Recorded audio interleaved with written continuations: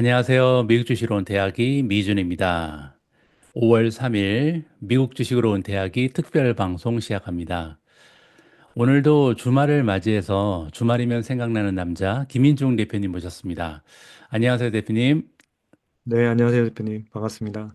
예, 예. 이렇게 2주 연속으로 뵐 수 있어서 정말 다행입니다. 그리고 일주일 동안 미국 증시가 너무나 좋아서 또 방송을 준비하는 입장에서도 다행이다 싶었는데요. 그럼에도 불구하고 아직까지 제가 지난 방송에서 말씀드린 것처럼 주식 투자의 리스크를 생각하지 않을 수는 없는 상황입니다. 트럼프 관세 영향으로 리세션이 발생할 가능성이 있다. 이런 의견들을 가진 전문가들이 굉장히 많고요. 또 우리가 지금 녹화를 진행하는 게 목요일인데 어제 장이었죠. GDP가 발표가 되는데 마이너스 성장을 했거든요. 이렇게 미국 경제가 마이너스 성장을 하는데 주식 투자하는 게 맞나? 조금 살떨리기도 하고요. 그래서 어떻게 하면 우리가 투자의 위험성을 줄이면서 조금이나마 안전한 투자의 전략을 짤 수 있을까? 여기에 대한 공부를 또 계속 해보도록 하겠습니다. 오늘은 그 투자 리스크 관리 부분 마지막 방송이잖아요. 오늘은 네, 어떤 그렇죠. 내용을 준비해 주셨나요? 네, 투자 리스크 네 가지를 이제 말씀을 드렸고, 하나하나씩 이제 와서 이제 오늘은 마켓 타이밍과 관련된 부분을 좀 말씀을 드리려고 합니다.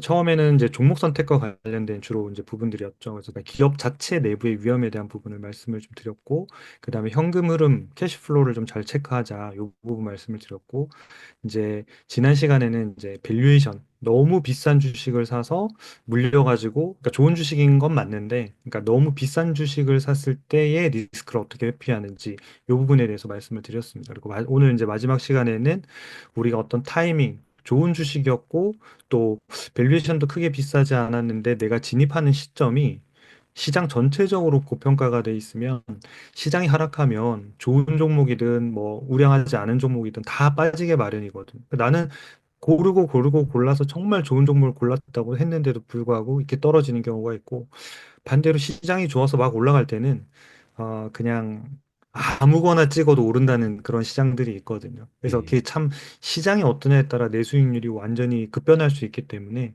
현재의 시장의 밸류에이션에 따라서 내 자산의, 그러니까 주식의 비중을 어느 정도까지 늘리고 줄이면 좋을지 그런 부분들에 대해서 좀 현실적으로 데이터를 보면서 파악하는 부분에 대해서 좀 말씀드리고자 합니다. 오늘 방송도 재밌을 것 같습니다. 특히 요즘은 그 시장의 사이클이 조금 빨라진 느낌이에요. 그래서 뭐 2020년, 2022년, 그리고 올해는 2025년인데 지금 5년 만에 이렇게 세 번의 폭락이 오고 있어서 요즘에는 이런 마켓의 타이밍을 잘 잡는 것도 굉장히 중요할 것 같다라는 생각을 하고 있습니다. 그러면 오늘 준비해 주신 강의 그럼 부탁드립니다. 네, 오늘은 이제 그래서 마켓 스코어로 주식과 현금을 비중을 조절하는 방법을 마지막 결론으로 제시하고자 합니다. 그래서 시장 전체의 밸류에이션을 가지고 마켓 스코어를 가지고 내가 지금 시점이면 현금과 주식을 어느 정도로 보유하시면 좋은지 그걸 현실적으로 좀 도움을 받으실 수 있도록 네, 구성을 했습니다.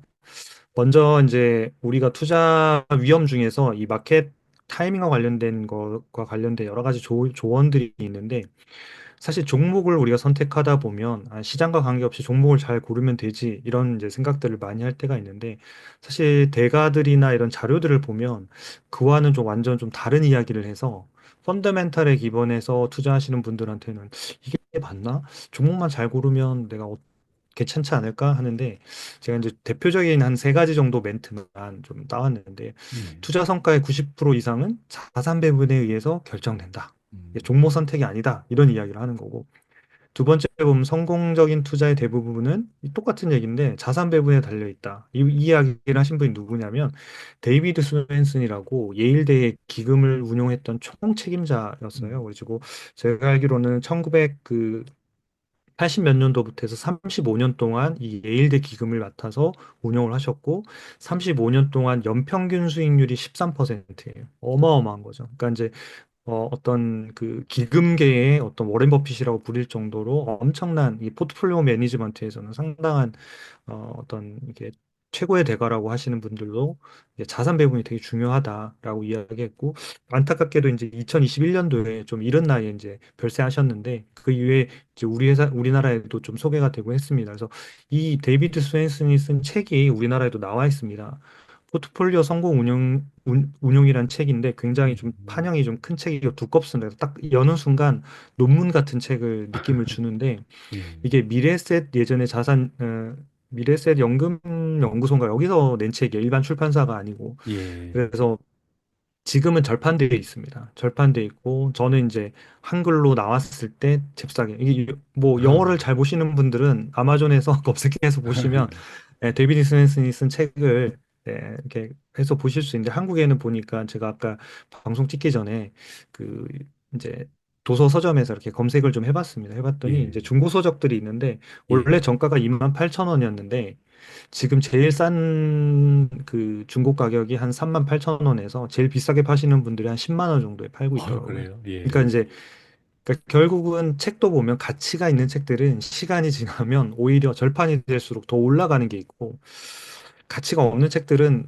이제 단기간에는 상당히 많이 팔리고 하지만 나중에 보면 또 이게 안 팔리는, 이런 절판돼도 찾는 사람이 없지만 음, 이분의 책은 상당히 많이 울림들이 있는 책들이라서 나중에 이렇게 포트폴리오를 매니지먼트하고 하시려고 하는 분들은 조금 일반 투자자들이 보기에는 조금 더 사이즈가 훨씬 더 크다고 생각하는데, 자산 운용 업계에서 일하시는 분들이나 이런 분들은 이분이 쓴 책을 읽어보시면 많이 좀 도움이 되실 것 같습니다. 예. 그 다음에 이제 자산 배분이 네, 그 제 책 있잖아요. 그 미국 주식 네, 투자의 정석. 네. 거기에도 데이비드 스웬슨 잠깐 나옵니다. 아, 그러시구나. 네. 그래서 아, 네. 궁금하신 분 한번 찾아보시면 좋을 것 같습니다. 예, 네네네. 예, 네. 계속해 주시죠. 네. 그래서 자산 배분이 주식보다 훨씬 중요하다. 요 존 복을 이 뱅가드 그룹 창업자인데, 지금의 사실 ETF를 만든 창업 이제 분이라고 보시면 되는 거죠. 그래서 개인들이 주식 선택하지 마시고 그런 것들 잘 만들어 놓은 ETF에 그냥 투자하셔라. 그래서 음, 직접 종목을 투자하는 분들한테는 아, 이게 무슨 얘기지? 아, 너무 서운한데 이럴 수 있죠. 음. 우리는 종목을 더 잘할 수 있다라는 생각으로 많이 하기 때문에, 저도 사실 이제 그쪽 방향이긴 합니다만은, 예, 그래서 전 이 자산 배분과 내가 현재 상태에서는 현금을 많이 갖고 있는지 주식을 많이 갖고 있는지, 이것도 자산의 배분이거든요.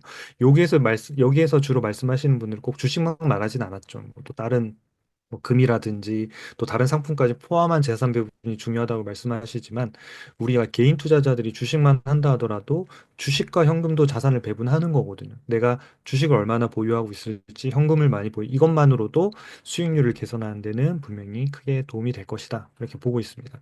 음, 제가 그 실패하는 투자자들의 매매 패턴을 제가 한번 그려왔습니다. 저도 이제 예전에 강의를 많이 해서 어떻게 투자를 실패하셨어요? 이렇게 해서 쭉 물어보면 거의 이런 패턴, 그러니까 이게 예, 종목이기도 하고 지수기도 하고 한데, 처음에 보면 이렇게 소량 이렇게 매수하세요. 그래서 조금만 보내볼까? 한 10%, 5%만 사볼까? 근데 꼭 적게 사는 것들은 저희가 오르죠. 그래서 예, 뭐 희한하게 어떻게 오를까?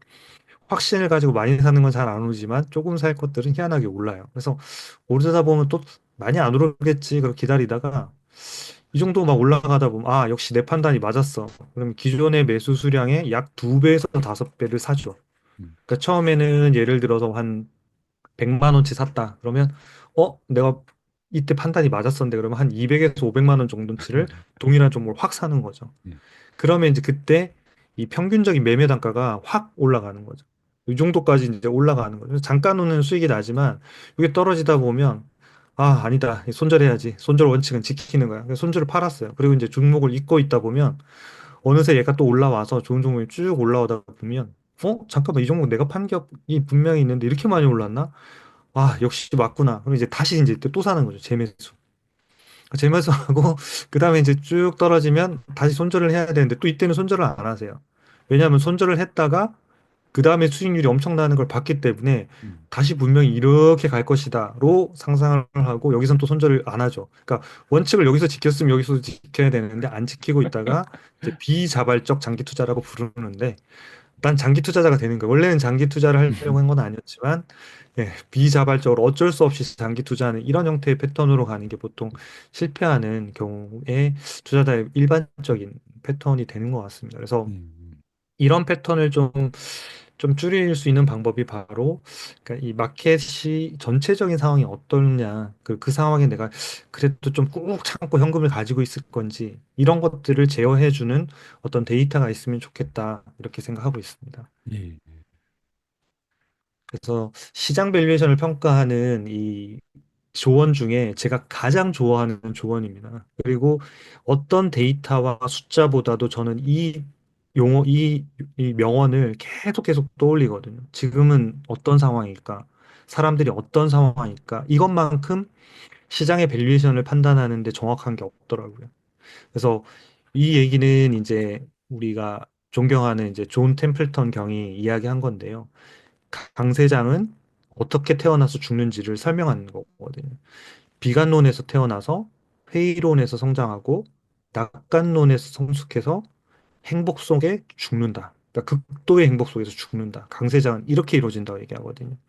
그러면 뭐냐면 비관론이라는 거는 야 주식시장 끝났어. 지금 주식하면 이거는 완전히 끝이야. 경제가 음. 다 무너졌어. 뭐 예를 들어서 누가 대통령이 됐어.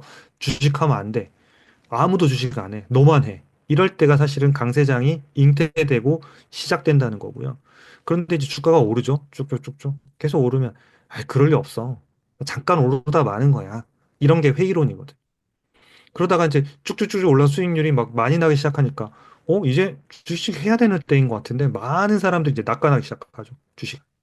그리고 나서, 너 아직도 주식 안 해? 이런 정도 얘기가 나오면 음. 이제 강세장이 끝이라고 보는 거거든요. 그러니까 제 주변에 있는 사람들 또는 주식의 커뮤니티, 그다음에 뭐 유튜브 방송에서 비관론을 말하고 있는지 행보론을 말하고 있는 건지 여기에 따라서 거의 단기적인 고점과 저점이 거의 잡히더라고요.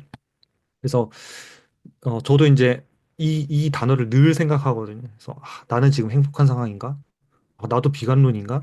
이걸 음. 비춰보면 시장의 어떤 밸류에이션을 판단하는데 이것만큼 정확한 데이터는 그러니까 그 말은 없다고 생각합니다. 그래서 그 저희 초이스탁의 마켓 스코어가 바로 이 템플턴의 조언의 영감을 받아서 개발한 서비스입니다. 그래서 저것을 어떻게 스코어링을 할 수 있을까?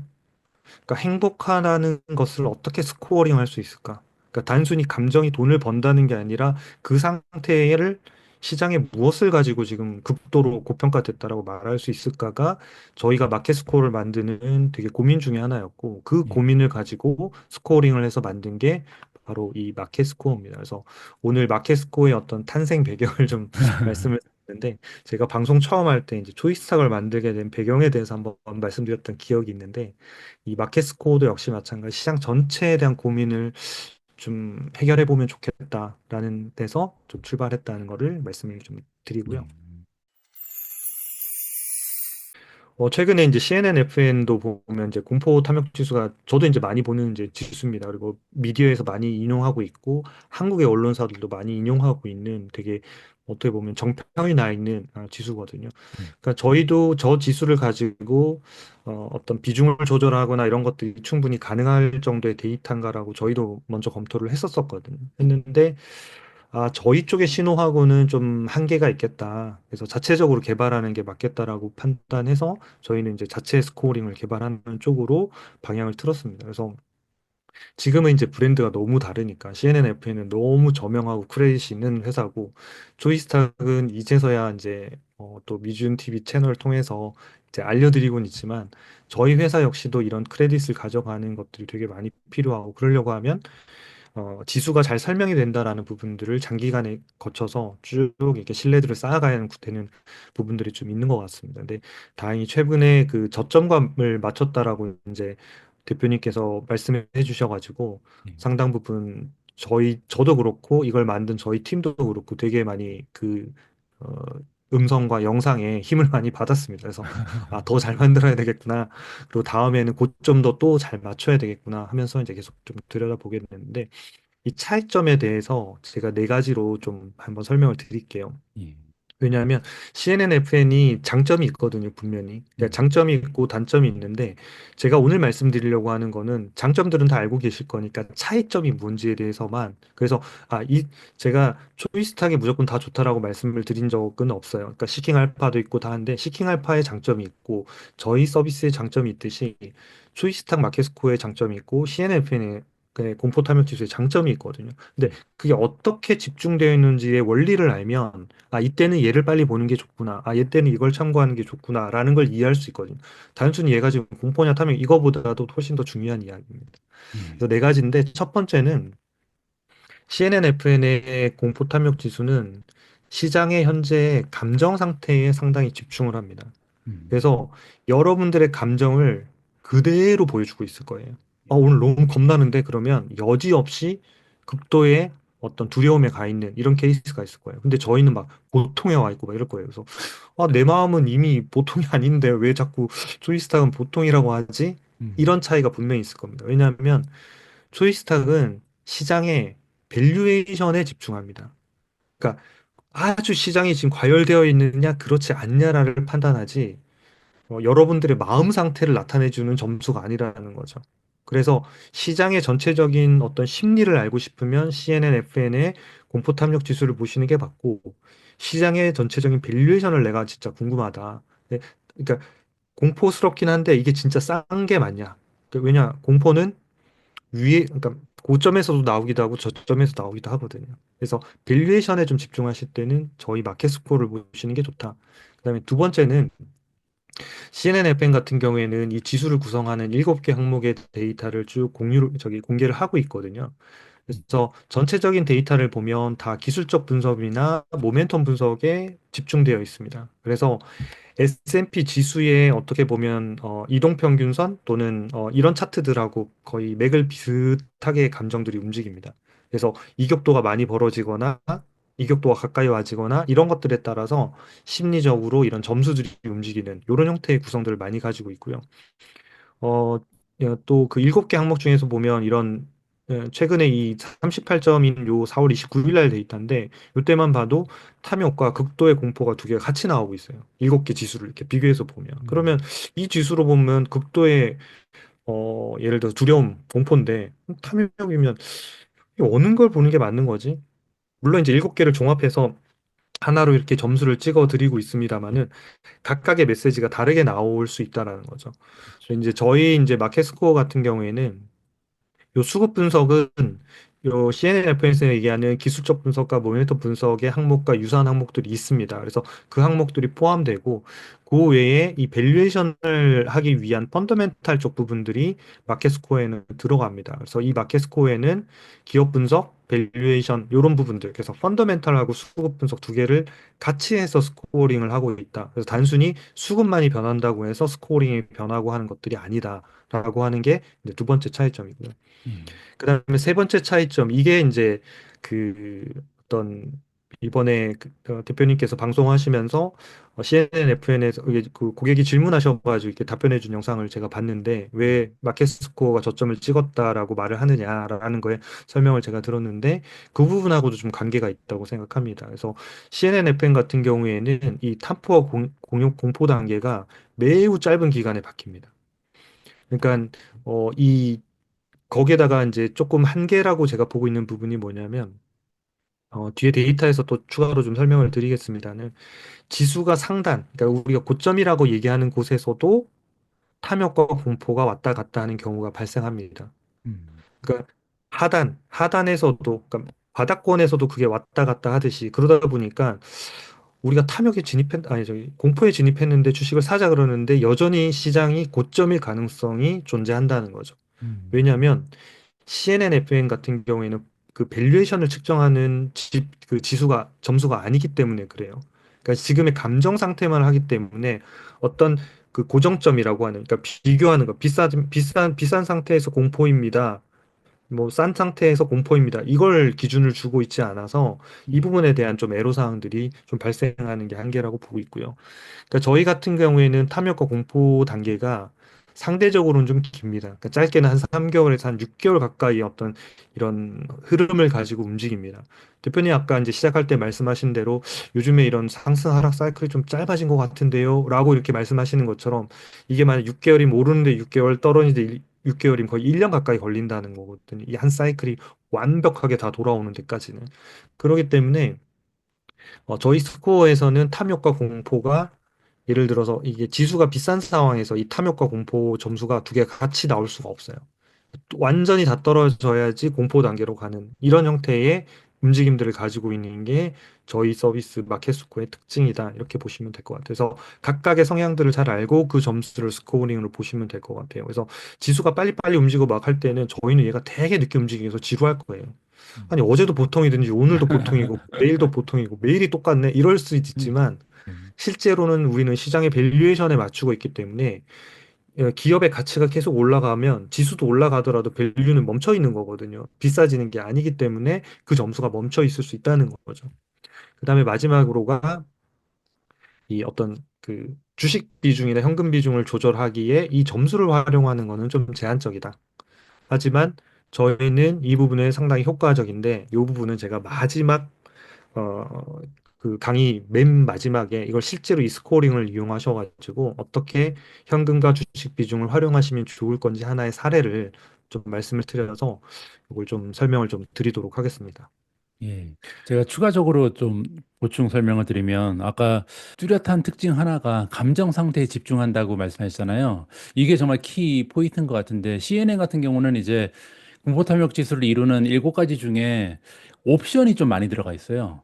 예를 들어서 빅스가 들어가 있는데 빅스도 사실 옵션을 보고 만드는 지수고, 그리고 풋옵션하고 콜옵션 중에 어떤 게 맞습니다. 지금 더 많이 팔리고 있는지, 가격이 올라가고 있는지 이런 거를 측정하기 때문에 상승장일 때도 만약에 단기적으로 급락할 가능성이 있으면 갑자기 이제 풋옵션이 인기가 많겠죠. 그래서 이렇게 단기적으로 옵션이 어떻게 거래냐에 따라서 이 공포탐욕 지수는 왔다 갔다 할 수 있기 때문에 아까 말씀하신 밸류에이션 같은 경우는 반영이 되지 않고 지금 현재 상황에서 단기적으로 심리가 얼마나 흔들리고 있는가 그걸 보여주는 것 같아서 제가 볼 때는 투자 기간이 한 달? 그죠? 그 트레이딩 하시는 분들. 그래서 좀 6개월, 1년, 뭐 길게는 막 4년, 5년 이렇게 보시는 분들이 사용하시기에는 너무 좀 변화무쌍한 지표가 아닐까 이런 네. 생각을 개인적으로 저도 하고 있습니다. 그래서 이어서 이제 요 지수와 관련된 부분들을 조금씩 좀 말씀을 드릴 텐데, 그러면 초이스탁은 이제 이런 점수와 관련돼서 실제로 지수를 어느 정도를 예측하고 있는지에 대한 데이터를 가지고 좀 설명을 드릴게요. 예, 이 데이터는 이제 2022년 6월 달부터, 그러니까 저희가 이제 스코어링을 생산해내기 시작한 때거든요. 예, 그리고 이제 지금이 이제 2025년도 저희가 뭐 5월, 이니까 이게 시간이 이제 꽤 많이 이제 데이터들이 쌓였죠. 그러니까 이것만 하더라도 아직은 저는 길다고 생각하지는 않습니다. 이거보다는 상승 하락장 그다음 또는 폭락장까지 더 포함한 더 길어져야 이 데이터가 정확하겠습니다만은 일단 저희가 확보하고 있는 저희가 실제로 생성한 3년간의 데이터로 보면 요 두 가지만 좀 보시면 좋을 것 같아요. 요 회색으로 돼 있는 게 마켓 스코어고요. 그다음에 요 선으로 파란색으로 그어드린 게 20일 후에 S&P 지수의 등락률입니다. 어, 그럼 20일이라고 하는 게 대략 3주 정도거든요. 왜 예, 20일을 잡냐면 저희가 평균적으로 3년 동안의 데이터를 체킹해 보면 공포나 탐욕 기간에 머무르는 기간이 약 3주 정도가 나옵니다.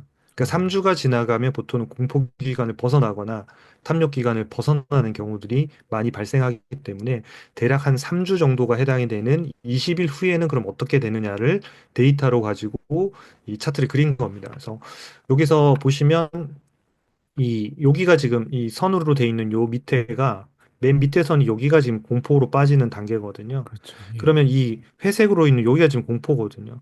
이 공포 단계에서의 3주 후에는 얼마가 나오냐면 S&P 지수가 약 거의 한 10% 정도가 오르는 시장이 나온다라는 거를 데이터로 알 수가 있는 거거든요. 예, 그래서 저희가 공포라는 단계가 떨어졌을 때 저희 유튜브 채널에서도 이제는 좀 겁내지 말고 주식을 사기 시작하셔야 될 것 같습니다. 그래야 될 것 같습니다. 그리고 종목들도 소개해드리고 했던 이유가 바로 이 부분에 있었던 거거든요. 음, 그다음 여기도 보면 이 공포로 떨어진 요 시점에 보면 또다시 지수가 이렇게 뾰족 올라오는 부분들을 여기 보시면 여지없이 보실 수 있죠. 이렇게. 예, 그리고 이번에도 보면 이 공포에 진입하고 나서 지금 지수가 약 9.6% 정도 올랐거든요. 음, 그러면 이제 4월 7일부터 시작해서 저희가 이제 공포에 진입한 시기부터 해서 이 데이터가 보면 저희가 한 3년 동안 거의 비슷한 패턴으로 지금 계속 움직이고 있다는 거예요. 그러면 다음번에는 어떻게 할 거냐? 그럼 다음번에 똑같은 패턴이 나오면 공포스럽지만 이때는 사야 된다라는 걸 우리가 알 수 있다는 거죠.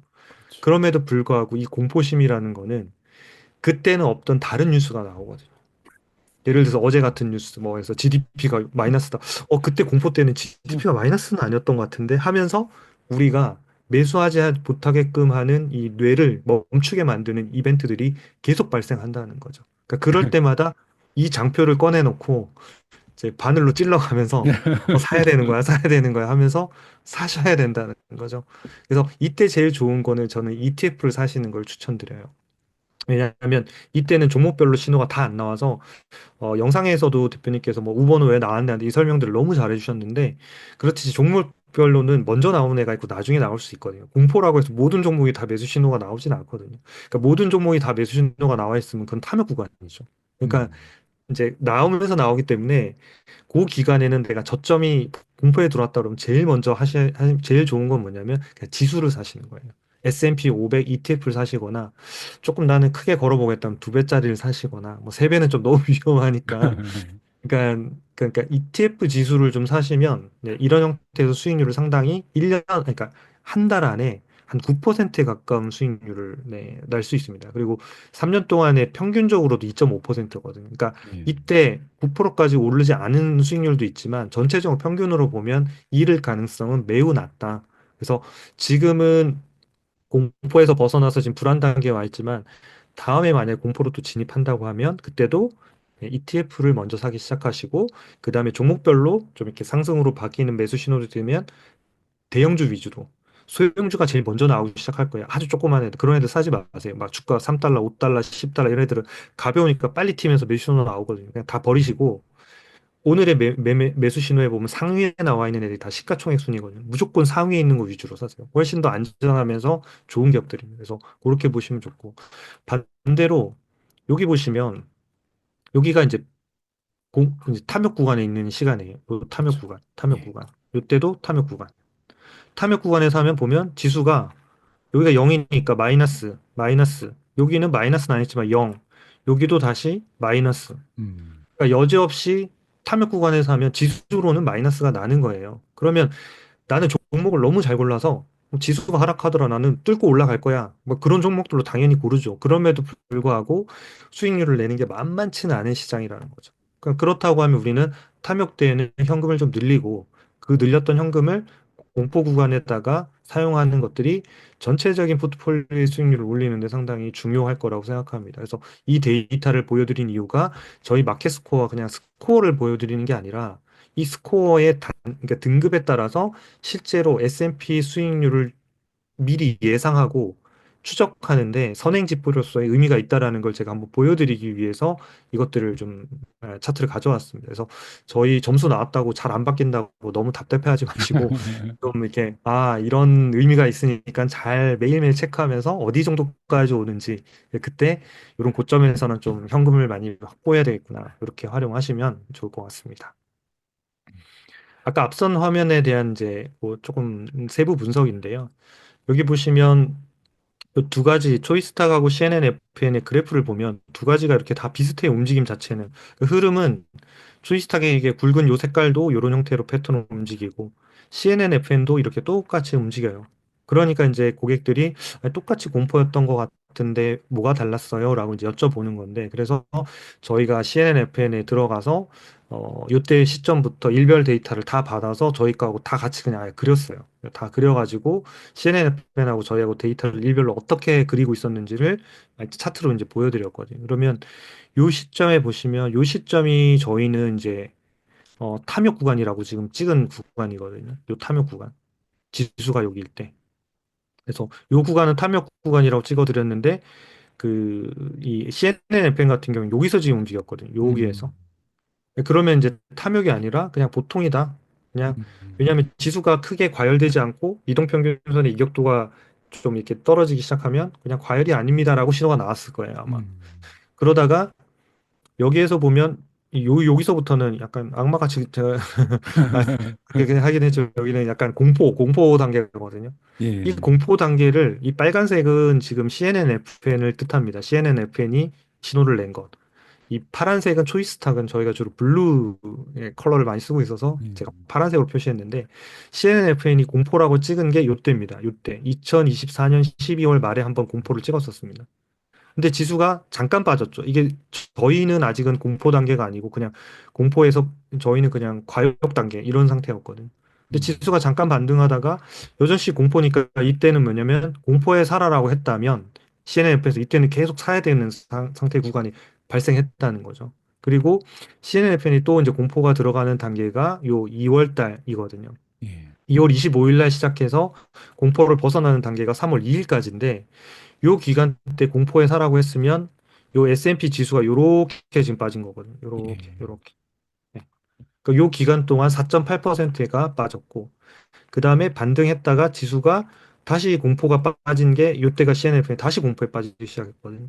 예, 그러니까 요 공포라고 하는 거는 그냥 낮은 공포 단계가 아니라 익스트림을 이야기하는 겁니다. 그러니까 예, 그 저희하고 같은 레벨에서의 단계, 저희 쪽이 완전 공포 단계에 해당되는 그냥 공포가 아니고 그러니까 그 단계에 빠진 게 3월 28일이거든요.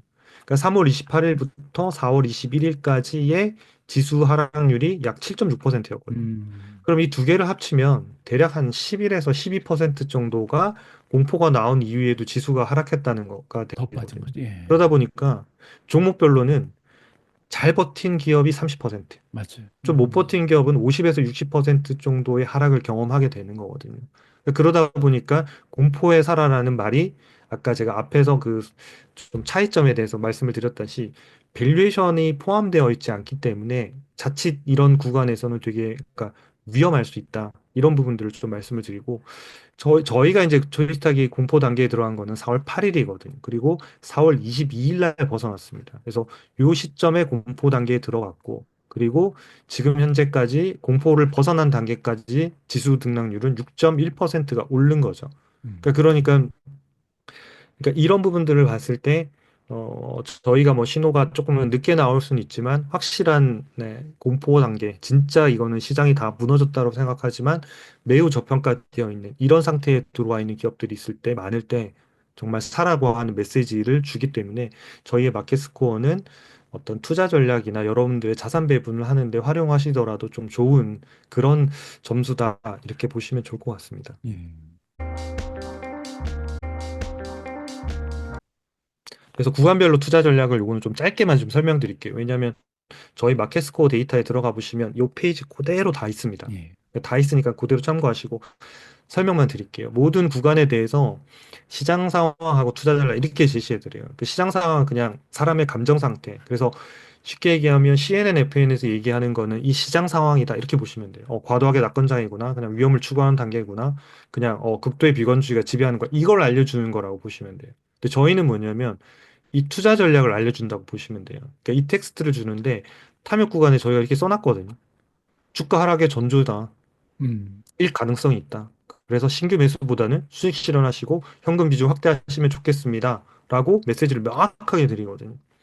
근데 이때는 주가가 또 빠지는 듯하면 또 반등하고 빠지면 또 올라서 에이 설마 그러면서 계속 이제 이 그 패턴에 취해 있는 거죠. 계속 하락했다 상승했던 그 패턴에 취하면서 빠져나지 못하는 게 바로 탐욕이거든요. 이게 예, 극도로 행복한 순간. 그 템플턴이 얘기했던 극도로 행복해서 막 그냥 도파민이 막 나오는 이런 구간이 탐욕 구간이라고 이야기하는 거거든요. 두 번째 이제 과역 구간에서는 점진적으로 좀 이익을 실현하시면 좋겠습니다가 저희의 투자 전략이에요. 그러니까 계속해서 이제부터는 이익을 실현하세요. 물론 탐욕까지 가실 수도 있지만 그러니까 조금 조금 이익을 실현하셔서 뭔가 현금을 늘려가시면 좋겠습니다라는 메시지 드리는 거고요.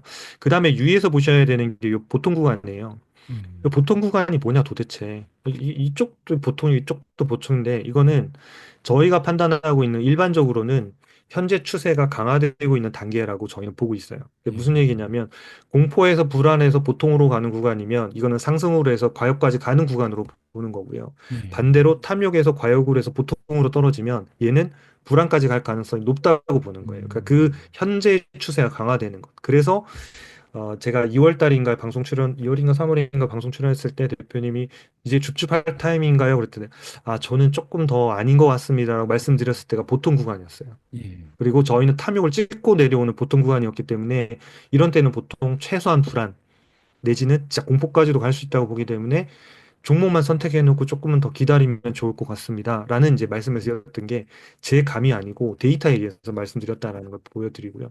그래서 보통 구간은 어떤 추세를 가는 그러니까 중간 단계에 있다 이렇게 보시면 좋을 것 같아요. 그래서 저희가 만약에 지금 불안 단계에서 보통 구간 올라가면 아 아직은 뭐 엄청 비싼 가격은 아니구나. 그러니까 뭔가 주가 상승 추세가 조금 좋은 방향으로 가고 있거나 이런 정도로 해석하시면 좋고 탐욕을 찍고 내려올 때는 그 반대로 해석하셔야 된다. 똑같은 보통이라더라도 이게 더 밀릴 수도 있겠구나. 왜냐하면 사이클이라는 거는 공포에서 시작해서 보통에서 잘 안 끝나거든. 네. 탐욕까지 갔다. 탐욕에서 내려오면 거의 공포까지 갑니다. 종목별로도 주가가 매우 고평가에서, 그러니까 고평가에서 저평가에서까지 떨어지지, 고평가, 적정가, 고평가, 적정가, 이런 거는 매우 드물게 일어나는 현상입니다. 그래서 그런 것들을 알고 보시면 좋겠고요. 불안 구간에는 단기적 바닥을 확인합니다. 이때는 이제 매수 시점을 모니터링하기 시작하세요라고 저희가 매수를 드리고 공포 구간 이때는 이제 주식 사라는 사람이 아무도 없죠. 뭐 유튜버고 어디고 다 뭐 미디어고 막 난리 난 이제 뭐 거죠. 이때는 저희는 장기적으로 최적의 매수 기회다라고 저희가 찍어드려요. 그리고 저평가도 우리가 적극적 이런 거 써요. 최적, 음. 적극적 이런 말 쓰는 거잖아요. 저희가 사이트에 이런 이렇게 말 잘 안 쓰거든요. 확신을 드리는 말 잘 안 쓰는데 네. 그러니까 그 이유는 뭐냐면 아까 공포 단계에 빠지면 최소한 3주 내에 S&P 지수 상승률이 2, 3%는 오르고 평균적으로 잘 오르면 9%, 10%까지 오르는데 이때 안 사면 지수를 언제 사냐 예. 이런 이야기가 되는 거죠. 그래서 조금은 메시지를 편안하게 좀 드릴 수 있었다. 그래서 요 페이지는 저희 마켓스코어에 들어가서 세부 정보 누르시면 그대로 나옵니다. 그래서 그 단계별로 요 전략들을 좀 참고하시면 좋을 것 같습니다. 그래서 실제로 마켓스코어 요렇게 나타나거든요. 그래서 최근에 보면 요때가 이제 탐욕 단계죠. 탐욕 단계.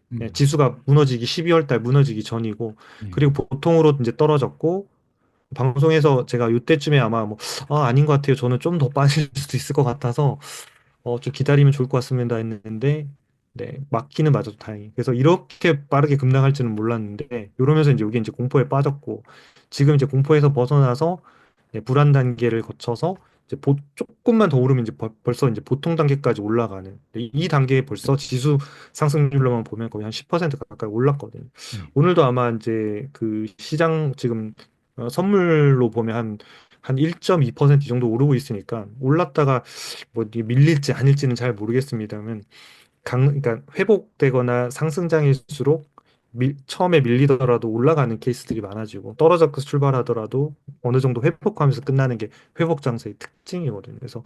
조금은 볼 필요는 있지만 지수로만 보면 바닥 시점부터 대비해서 거의 한 12% 많으면 13% 정도 오르지 않았을까 싶습니다. 그래서 이번이 가장 아마 지수 상승률로 높은 아마 구간이 될 것 같고요. 저희도 얼마든지 이제 조금 지나면 이게 또 올라가서 언젠가는 여기 또 찍을 거예요, 탐욕을. 아마 여기서 그렇죠. 과역부터 시작해서. 근데 요때가 수익률이 극대화되는 구간이거든요. 매일매일 계좌를 열어보고 싶은 날. 음. 내일 열면 얼마가 올랐을까? 올해 열면 얼마? 요때가 뭐 과역, 그러니까 그런 상황이 여러분들이 되시면 시장의 고점이 다가왔구나 이런 생각이 드시면 돼요. 나 계좌를 안 열어보고 싶다, 진짜. 나 진짜. 그러면 그때가 주식을 사야 될 때가 맞을 거예요. 그러니까 그렇죠. 그게 심리로 보면 그런 시장이 빌려져야 되는데, 분명 요 신호가 올 겁니다. 이때는 반드시 여러분들 현금들을 많이 늘리시면 좋을 것 같아요. 그래서 마지막으로, 그러면 초이스타 마켓스코어를 위해서 그럼 현금 주식 비중을 어떻게 하면 좋겠느냐. 그래서 이거는 저희 지금 서비스에도 포함이 안 돼 있고 아이디어로만 정리돼 있던 내용인데, 미준 TV에서 처음 공개합니다. 그래서 이렇게 그러면 일단 좀 이용해 보시면 좋겠다. 그래서 음. 제가 이제 공격적인 주식 운용 투자자와 좀 약간은 보수적인 주식 운용 투자자로 좀 나눠드렸어요. 그래서 예. 공격적인 주식 운용 투자자는 극단으로 그러니까 현금과 주식을 막 이렇게 막 늘리고 줄였고 하는 이런 이제 좀 액티브하게 움직이시는 분들. 그래서 예. 높은 위험과 높은 기대 수익. 그래서 딱 정리해두면 이렇게만 정리하겠습니다. 마켓 스코어가 곧 현금 비중이다. 이렇게. 음. 어. 그래서 마켓 스코어가 저희가 85점이 이렇게 뭐 80점 이렇게 되면 공포에 들어가는 거거든요. 그럼 80점 들어갔다 그러면 여기서부터 나 이제 현금 비중을 80%는 가져야 되겠구나 하고 준비하고 꺾이는 녀석들이 있으면 그때부터 빨리빨리 매도 쳐가지고 수익률을 다 확정시키는 이런 전략을 다시 팔고 사지 마시고 현금 비중을 늘리고 반대로 이제 주가가 막 엄청나게 떨어져서 아까 공포 구간에 떨어졌을 때 저희가 뭐 한 13점, 뭐 8점, 뭐 이렇게 13점인가 12점인가 이렇게 떨어졌거든요.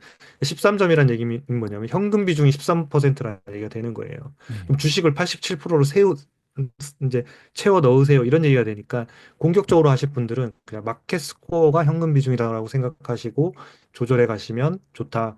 그리고 계좌에는 반드시 현금 비중이 있으셔야 됩니다. 그러니까 아무리 저평가돼 있다 하더라도 100 이렇게 넣으시는 거는 추천해 드리진 않고요. 그다음에 이제 보수적인 운용 투자자는 요거보다 보수적인데 여기 마켓 스코어에 플러스 40에 곱하기 0.7 막인데 요거는 사실 뭐 변수라고 할 수 있는 건데 요거는 개인별로 조정해서 쓰실 수 있어요.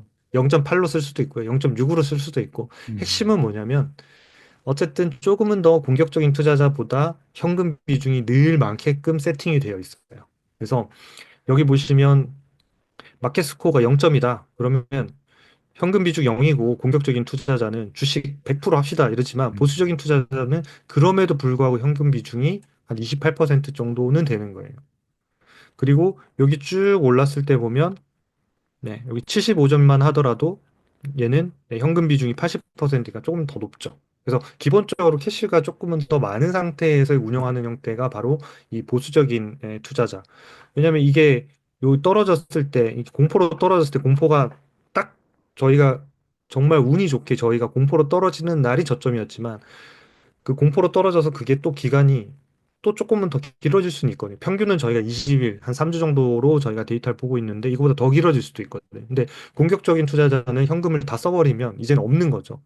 대신 보수적인 투자자는 현금 비중이 여전히 한 20%가 남아 있으니까 공포에 초기 진입했을 때 여전히 현금이 꽤 있을 수 있다는 거죠. 그러면 생각지 않은 그 기간이 길어졌을 때 좀 더 오래 사면서 그걸 버틸 수 있는 그 힘이 있다라는 게 바로 이런 보수적인 투자자의 장점이 될 것 같습니다. 그래서 요 화면을 이렇게 좀 하나 캡처 하셔가지고 네, 캡처 하셔가지고 여러분들이 제가 좀 깨끗하게 지워드릴게요.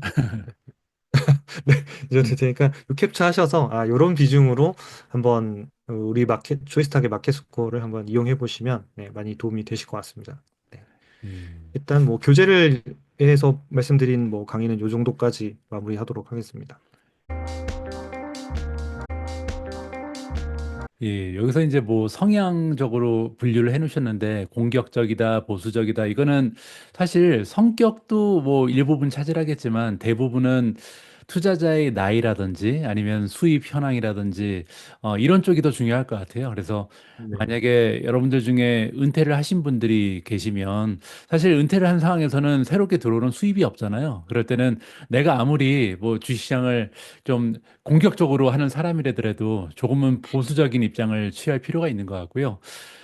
나는 굉장히 소극적인 사람인데 만약에 내가 아직도 20대다. 그러면 조금은 공격적으로 해도 만회할 수 있는 기회가 얼마든지 있기 때문에 너무 보수적으로 투자하는 것보다는 공격적인 투자자의 방향이 맞지 않을까 이런 생각을 나름대로 해봤습니다. 그리고 아까 이제 그 김인재 대표님 굉장히 재미있는 말씀하셨는데 불안 단계 이렇게 떨어지면 우리가 주식을 사야 된다는 걸 알고 있는데 공포 단계죠. 공포 단계에 들어가면 주식을 사야 된다는 걸 알면서도 자꾸만 못 사는 이유를 정확하게 언급을 하셨어요.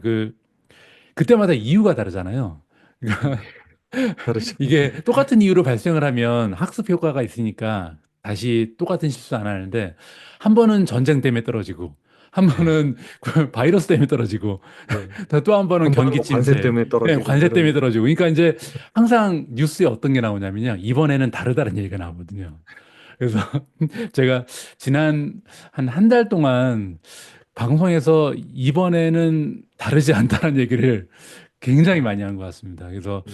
어, 아까 아무래도 인간이 이 감정적인 동물이다 보니까 이론적으로는 머리에 있어도 잠깐만 상황이 막상 닥치면은 감정적인 판단을 할 때가 굉장히 많거든요. 그래서 조금 두려움이 느껴지시더라도 이번에도 다르지 않을 것이다라는 생각을 하는 게 저는 굉장히 중요하다라는 생각을 하게 됐습니다. 그 저희 쪽에 화면 잠깐만 좀 보여드려도 괜찮을까요? 예, 예. 저희 네. 그 화면에서 여기 이제 마켓 스코어가 이제 41점 불안 단계까지 올라왔는데 여기 이제 눌러보시면 이런 형태로 이런 이제 이게 내용들을 다 저희가 제공합니다. 아까 제가 말씀드린 이 시장 상황, 투자 전략 다 있으니까 요걸 이제 참고해서 보시면 되고요. 여기 보면 이제 마켓 스코어가 어떻게 움직였는지를 저희가 지금 다 이렇게 보여드리고 있습니다. 그래서 이렇게 보시면 여러분들이 지금 현재 시점이 어떠한 시점인지를 요 전략과 함께 이렇게 이제 확인하실 수가 있고요. 그다음에 이제 저희가 메인에서 EMA 차트 관련해 가지고 우버가 설명하셨으니까 한번 볼까요?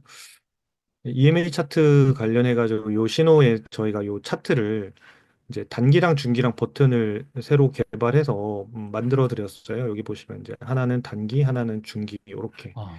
그래서 기존에는 저희가 이제 1년, 3년에서 1년 차트를 보거나 3년 차트를 봤는데 3년 차트가 모바일에서 보면 사실상 의미 없을 정도로 이제 좀 너무 맞아요. 촘촘하는 경우들이 있고 이래서 저희가 이제 단기 차트는 이제 5일, 20일, 60일 요렇게 선을 이렇게 보여드렸어요. 예, 그래서 여기 이제 뭐 예를 들어서 뭐 우버 같은 경우에는 지금 5일선이 21선을 뚫은 날이 사실 요때거든요. 그러니까 그렇죠. 단기적으로 좀 빨리 보시고 싶은 분들, 매수 시점을 잡고 싶은 분들은 이 차트를 이제 이용해서 보시는 게 되게 좋죠. 그래서 단기적으로 뭔가 빠르게 뭔가 매수 신호를 받으실 거냐면 언제 이 차트는 언제 좋냐면 공포 단계에 들어왔을 때가 가장 좋습니다. 그러니까 저희가 개별 종목별로의 매수 신호는 얘보다는 좀 늦을 수 있어요. 확실한 신호가 잡혀야지 매수로 딱 뜰 거거든요. 근데 나는 공포 기간인데 주식을 좀 사고 싶어. 아직 출석에 매매 신호가 나오진 않았지만 이 정도면 공포 구간이면 지수가 10% 오를 건데 그럼 종목별로 분명히 오를 것 같은데라고 좀 선행적으로 저희 매매 신호보다 먼저 오르고 그러니까 먼저 좀 보시고 싶은 분들은 여기에서 단기로 눌러서 5일에서 21선을 뚫고 주가가 올라가는 요 시점들을 보시는 게 가장 좀 더 효과적이실 것 같고요. 반대로 탐욕 단계. 탐욕 단계 비쌀 때도 역시 마찬가지. 그때는 좀 단기적으로 꺾이는 시점을 보고 매매를 빨리 하시는 게. 왜냐하면 이미 시장이 비싸서 앞으로는 지수가 수익률 내기가 쉽지 않은 구간인데 내 종목만 올라간다. 그렇게 보기에는 쉽지 않거든요. 근데 그렇죠. 걔가 만약에 수급이 꺾였다 그러면 이미 수익률이 많이 난 구간이니까 그냥 빨리 현금화해 나가는 형태로 이용하시는 게 이 단기 차트가 좋고요. 그 다음에 여기 이제 중기로 되어 있는 것들은 여기 보면 밑에 20일, 60일 이렇게 이제 되어 있습니다. 그래서 이 차트가 이걸로 바뀌어 있죠. 21일로. 단기선이. 그래서 음, 중기 신호를 보시는 분. 그러니까 우버 같은 경우에 중기 신호를 보시는 분들은 이때가 매수 신호였겠죠. 그리고 여기는 살짝 안 깨지고 이때 다시 이제 매수. 이런 형태들이 이제 좀 중기를 보면서 가는 분들. 그러니까 이런 분들은 이제 단기보다는 조금은 더 이제 낫지만 뭐 이렇게 뭐 주로 그 일단 보통 구간에 있는 종목들이거나 이게 우리가 마켓 스코어로 보자면 그런 경우에는 좀 중장기적으로 어떤 추세를 가지고 쭉 갈 때는 단기적으로는 잠깐 깨고 이럴 수 있거든요. 그래서 공포에서 시작해서 쭉 올라가는 단계에서는 단기보다는 중기가 훨씬 좋죠. 왜냐면 단기는 깨질 수 있거든요. 중간중간에. 근데 지금은 시장이 탐욕 단계까지 쭉 간다라고 보면 중기적으로 그냥 유지하는 게 낫다. 하지만 극단에서는 중기보다는 단기로 좀 보시면서 대응하시면 훨씬 더 좋으실 것 같습니다. 그래서 이번에 저희가 이 EMA 차트도 새로 중기 단기를 넣으면서 조금은 더 실전적으로 활용을 좀 잘 하실 수 있도록 이번에 좀 바꿨습니다. 그래서 좀 많이 이용하시면 좋겠고 그때 말씀드린 대로 저희가 앱이 아이폰이랑 둘 다 나왔으니까 꼭 이렇게 좀 다운받아서 많이 사용해 보시면 좋을 것 같습니다. 예. 이거 이동평균선 단기 중기는 제가 개인적으로 대표님께 부탁드렸던 요청 사항이었는데 이렇게 실행해 주셔서 감사합니다. 이 초이스탁을 이용할 수밖에 없는 이유가요. 필요한 기능이 계속해서 추가되니까. 저뿐만 아니라 이제 구독자분들도 이런 기능이 있었으면 좋겠어요. 그러면 대표님하고 이제 팀원분들께서 빨리빨리 개발해 주시잖아요. 그래서 계속해서 진화하는 모습이 정말 초이스탁의 최대의 장점이 아닌가 이렇게 생각을 합니다.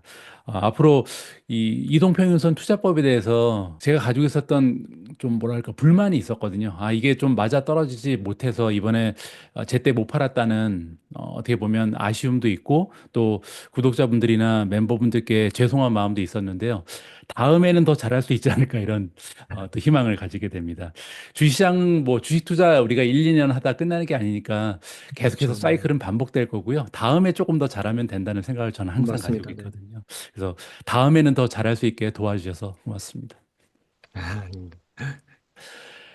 오늘 녹화도 어쩌다 보니까 또 1시간 넘었네요. 밤늦게까지 고생 많이 하셨고요.